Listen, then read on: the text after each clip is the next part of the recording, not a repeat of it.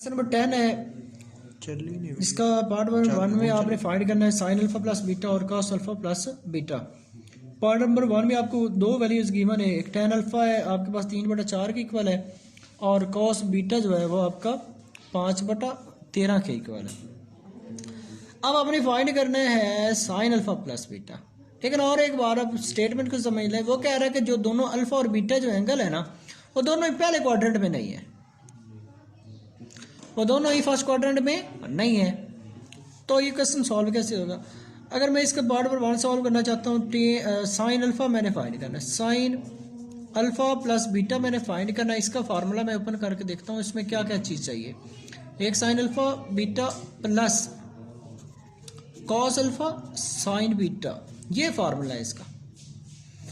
यानी ये चीज़ मालूम करने के लिए आपके पास साइन अल्फा होना चाहिए, कॉस बीटा होना चाहिए, कॉस अल्फा होना चाहिए, साइन बीटा होना चाहिए। लेकिन सवाल में आपके पास गिवन है टेन अल्फा की वैल्यू दी हुई है और कॉस बीटा की है, यानी कॉस बीटा तो आपके पास मौजूद है, साइन अल्फा भी नहीं है, कॉस अल्फा भी नहीं है, साइन बीटा भी नहीं है। इसको मैं यूटिलाइज करते हुए मैं इसको सॉल्व करता हूँ। मैं यहाँ पर देखता हूँ कि हम जानते हैं एज वी नो दैट कि जो सीकेंड स्क्वायर अल्फा होता है ना तो वो तो बराबर होता है 1 + tan स्क्वायर अल्फा के। अब यहाँ पर देखें tan अल्फा की वैल्यू तो है 3/4, इसका स्क्वायर जब मैं लूंगा तो ये हो जाएगा 9/16। एलसीएम आएगा तो 16, यहाँ पर भी 16 + 9 ऊपर हो जाएगा 25 और नीचे हो जाएगा 16। यानी सीकेंड स्क्वायर अल्फा जो आ रहा है वो है इसके इक्वल। लेकिन मैं जब इसका स्क्वायर रूट लूंगा ना वहां पर आपके पास जो वैल्यू आएगी सीकेंड अल्फा की वो आ जाएगी 5/4 जमा माइनस में। अब यहाँ पर आपको दिया हुआ था कि ना अल्फा और ना बीटा ये दोनों ही फर्स्ट में नहीं है, यानी फर्स्ट में, नॉट इन फर्स्ट। तो अगर ये फर्स्ट में होता ना तो सिंपल हो जाना क्या था, अगर ये फर्स्ट में होता तो ये जमा में आते हैं। ये जो कि फर्स्ट में नहीं है तो इसका मतलब है ये जो सीकेंड की वैल्यू आएगी ना वो आएगी आपके पास नेगेटिव में, यानी सीकेंड अल्फा आएगा आपके पास -5/4। और सीकेंड तो होता है इनवर्स ऑफ कॉस, जब मैं इसे कॉस बनाऊंगा तो ये हो जाएगा -4/5। अब आपने कॉस अल्फा भी निकाल लिए। अब सिर्फ आपके पास क्या चीज़ रहेगी, आपके पास रहेगा साइन बीटा। तो आपको पता है कि साइन बीटा आपने लिखना है एज वी नो। हम क्या जानते हैं जो साइन स्क्वायर बीटा है ना वो तो बराबर होता है 1 - कॉस स्क्वायर बीटा के। यहां पर आपके पास कॉस की वैल्यू थी 5/13, तो इसका भी आपने क्या ले लेना, स्क्वायर क्लोज।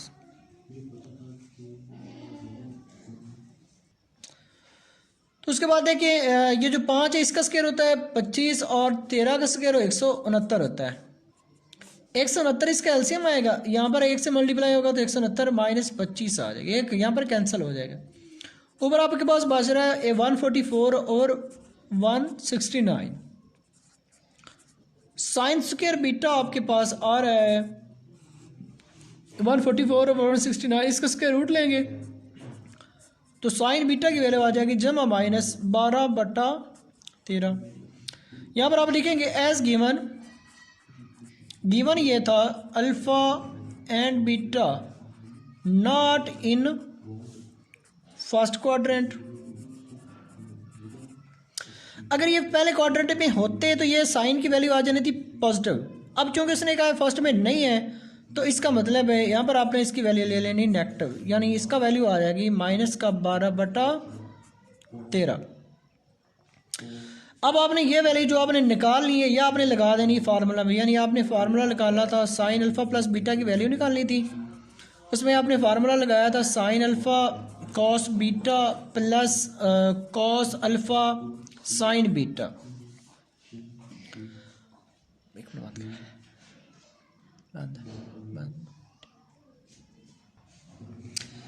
अब आपने कॉस बीटा की वैल्यू भी निकाल ली है, कॉस अल्फा की वैल्यू भी निकाल ली है और साइन बीटा की वैल्यू निकाल ली है, लेकिन अभी साइन अल्फा की वैल्यू रह गई है, पहले आपने वो भी निकाल लेनी। तो यहाँ पर आप लिखेंगे as we know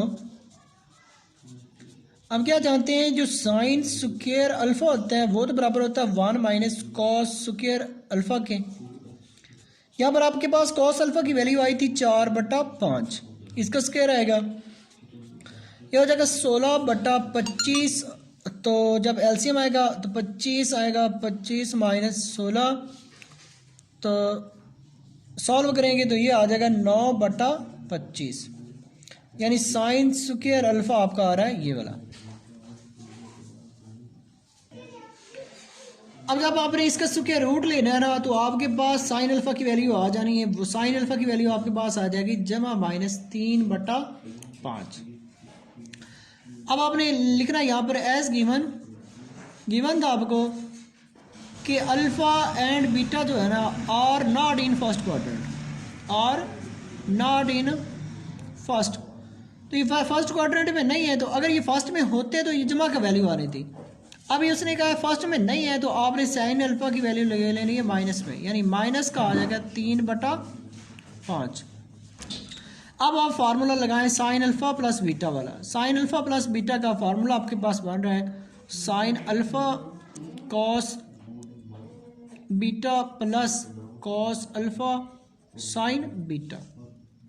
sine alpha की वैल्यू आपके पास आई -3/5 और कॉस बीटा की वैल्यू आपको गिवन थी 5/13। कॉस अल्फा की वैल्यू आपने निकाली थी वो थी -4/5 और साइन बीटा की आपने वैल्यू निकाल ली थी -12/13। अब 5 को -3 से ज़रब देंगे तो -5 3 15 हो जाएगा, 13 को 5 से ज़रब देगा तो ये 65 हो जाएगा, माइनस माइनस प्लस हो जाएगा, 13 को 5 से ज़रब देंगे तो 65 हो जाएगा और 12 को 4 से ज़रब देंगे 12 चक 48 हो जाएगा, जमा का हो जाएगा। अब एलसीएम आ रहा है 65 यानी 65, इसका एलसीएम आ रहा है, तो ऊपर -15 + 48 जो है ना वो एज इट इज़ आ जाएगा। 48 से आप 15 को माइनस कर दें तो आपके पास वो आ जाएगा 33, यानी इसका सोल्यूशन आ रहा है 33/65, ये आपका सोल्यूशन बन रहा है। उसके बाद आपने निकालना है कॉस अल्फा प्लस बीटा, उसमें बस यही वैल्यू लगा देनी है आपने, जिसका फार्मूला लगा देना है। उसका फार्मूला बनता है cos alpha cos beta minus sine alpha sign beta. अब देखिए कॉस अल्फा की वैल्यू आपने निकाली थी वो थी -4/5 और कॉस बीटा की वैल्यू आपने निकाली हुई है वो है 5/13। साइन अल्फा की वैल्यू आपने निकाली थी वो थी -3/5 और जो साइन बीटा की वैल्यू थी वो थी -12/13। अब 5 को -4 से ज़रब देंगे तो -5 4 20 हो जाएगा और 13 को 5 से ज़रब देंगे 65 हो जाएगा। ये माइनस माइनस मल्टीप्लाई होने के बाद जमा हो जाएंगे, 12 को 3 से ज़रब दे 12 3 36 और 13 को 5 से ज़रब 12 13 5 65। अब इसका भी एलसीएम आ जाएगा 65, तो ऊपर वाली रकम में दोनों जो है ना वो ऐड हो जाएगी, उनको ऐड करेंगे तो वो बन जाना है 56। 36 में आप 20 ऐड करेंगे तो 56 बनता है और इसका डिवीजन में आ रहा है 65, तो यही आपका सोल्यूशन बनेगा। पार्ट नंबर बी है, उसमें आपको ना टेन अल्फा की वैल्यू दी हुई है वह है -15/8 और साइन बीटा की वैल्यू आपको दी हुई है -7/25। तो साथ में उसने ये भी बता रखा है कि जो अल्फा और बीटा है ना ये दोनों फोर्थ क्वाड्रेंट में नहीं है, ये दोनों ही फोर्थ क्वाड्रेंट में नहीं है। तो अब आपने निकालना है वही साइन अल्फा प्लस बीटा निकालना है इसका,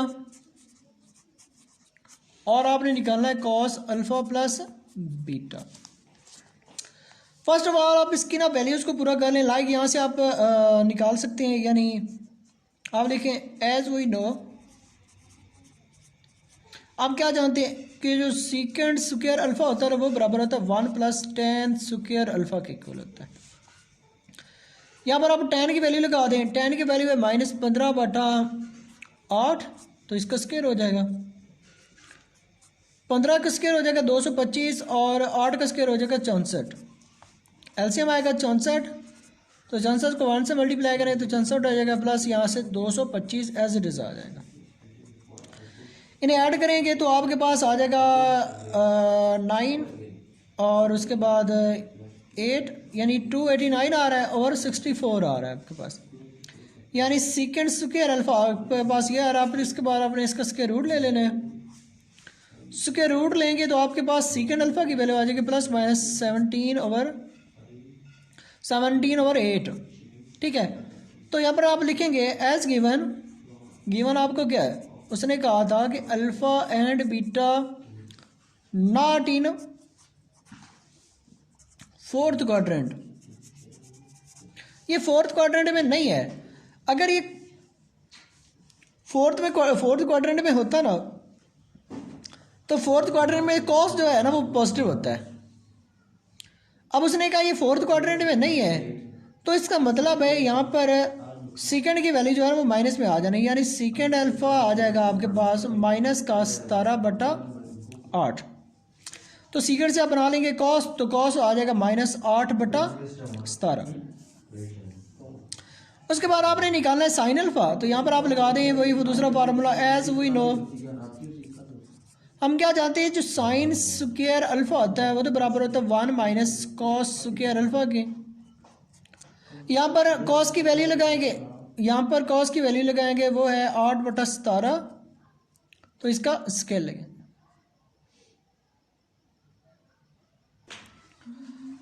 आठ का स्क्वायर आ जाना है 64 और 17 का स्क्वायर आ जाना है 289। तो एलसीएम आएगा 289। 289 को 1 से मल्टीप्लाई करेंगे तो 289 माइनस 64 आएगा। अब जो सब्ट्रैक्ट करेंगे तो ये 225 आ जाएगा ओवर 289। तो साइन स्क्वायर अल्फा की वैल्यू आपके पास ये आ रही है। अब आपने स्क्वायर रूट लेना है। स्क्वायर रूट लेने के बाद आपके पास साइन अल्फा की वैल्यू आ जानी है जमा -15/17। अब यहाँ पर आप लिखना है एज गिवन। क्या गिवन है, वो कह रहा है कि alpha and beta are not in fourth quadrant. अगर ये फोर्थ क्वाड्रेंट में नहीं है, वो कह रहा है अगर ये फोर्थ क्वाड्रेंट में होता ना तो साइन की वैल्यू आ जानी थी नेगेटिव में। अब उसने कहा ये फोर्थ क्वाड्रेंट में नहीं है, तो आपने लिख लेना है कि साइन की वैल्यू पॉजिटिव आ रही है। साइन अल्फा की वैल्यू अब आपके पास जमा का 15/17 आ जाएगा। अब आपके पास एक वैल्यू रहेगी, वो है कॉस बीटा की, तो आपने वो निकाल लेनी है। अब कॉस बीटा की वैल्यू आपके पास कैसे आएगी,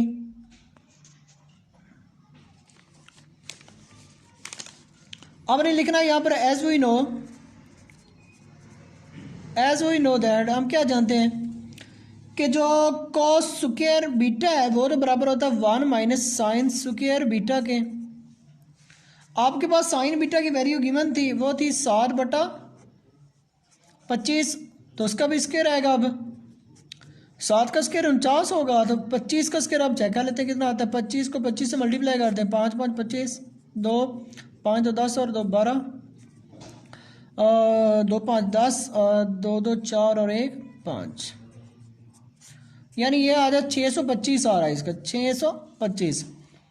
तो 625 इसका एलसीएम आ जाएगा। 625 को 1 से ज़रा 625 माइनस 49, तो 625 में से आप 49 सब्ट्रैक्ट करेंगे तो आपके पास बच जाएगा 15 में से 9 निकाल दें, बाकी 6 बच जाएगा। और उसके बाद यहाँ पर 11 में से 4 निकाल दें, बाकी 7 और 576। ठीक है, इसका आपके पास बन जाएगा 567 और 625, यानी 576/625 जो है ना वो कॉस स्क्वायर बीटा की वैल्यू आ रही है। लेकिन अब आपने क्या करना है, इसका स्क्वायर रूट लेना है। स्क्वायर रूट के बाद आपके पास कॉस बीटा की वैल्यू आ जानी है जमा -24/25, यानी जो 576 का स्क्वायर रूट होता है वो 24 होता है और 625 का स्क्वायर रूट होता है 25। तो यहाँ पर आपने लिखना है कि गिवन था हमें as given alpha and beta are not in fourth quadrant. अगर ये फोर्थ क्वाड्रेंट में नहीं है, तो अगर ये फोर्थ क्वाड्रेंट में होते तो कॉस की वैल्यू पॉजिटिव आनी थी। अब वो कह रहा है नहीं है, तो इसका मतलब है कॉस बीटा की वैल्यू आएगी -24/25।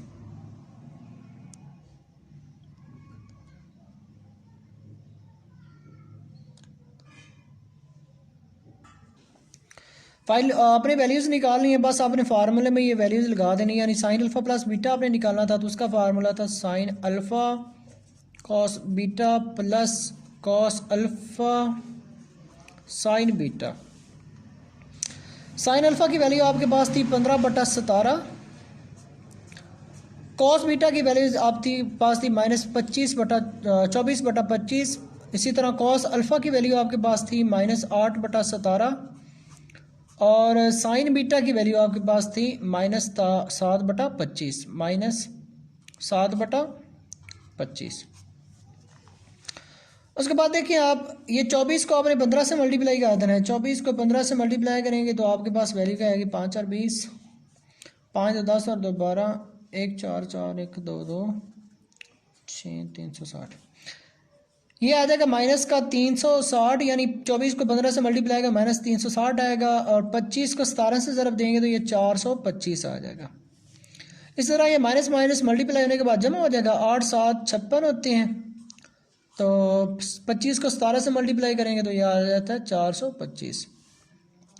इसका एलसीएम आ जाएगा 425, तो यहाँ पर -360 जमा 56 आ जाएगा। अब इसमें से 56 माइनस कर देंगे तो आपके पास बच जाएगा 304, -304 बच जाएगा और नीचे 425, ये आपका सलूशन हो जाएगा। उसके बाद